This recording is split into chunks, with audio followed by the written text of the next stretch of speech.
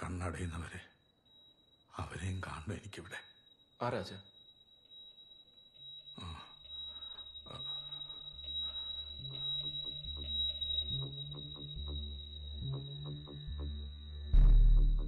ശ്രീകണ്ഠപുരത്ത് ഞാൻ ജോലി ചെയ്തിരുന്ന സമയത്ത് കഴിഞ്ഞ 30 വർഷമായിട്ട് ഒരു കുടുംബം കൂടെ ഞാൻ നോക്കുന്നുണ്ട്.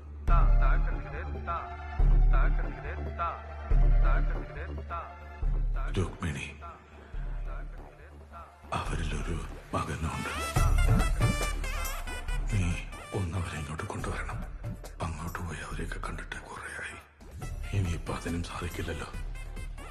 പിന്നെ വലിയ കോലാഹലമൊന്നുമില്ലാതെ നീ ഇതൊന്ന് വീട്ടിൽ അവതരിപ്പിക്കണം.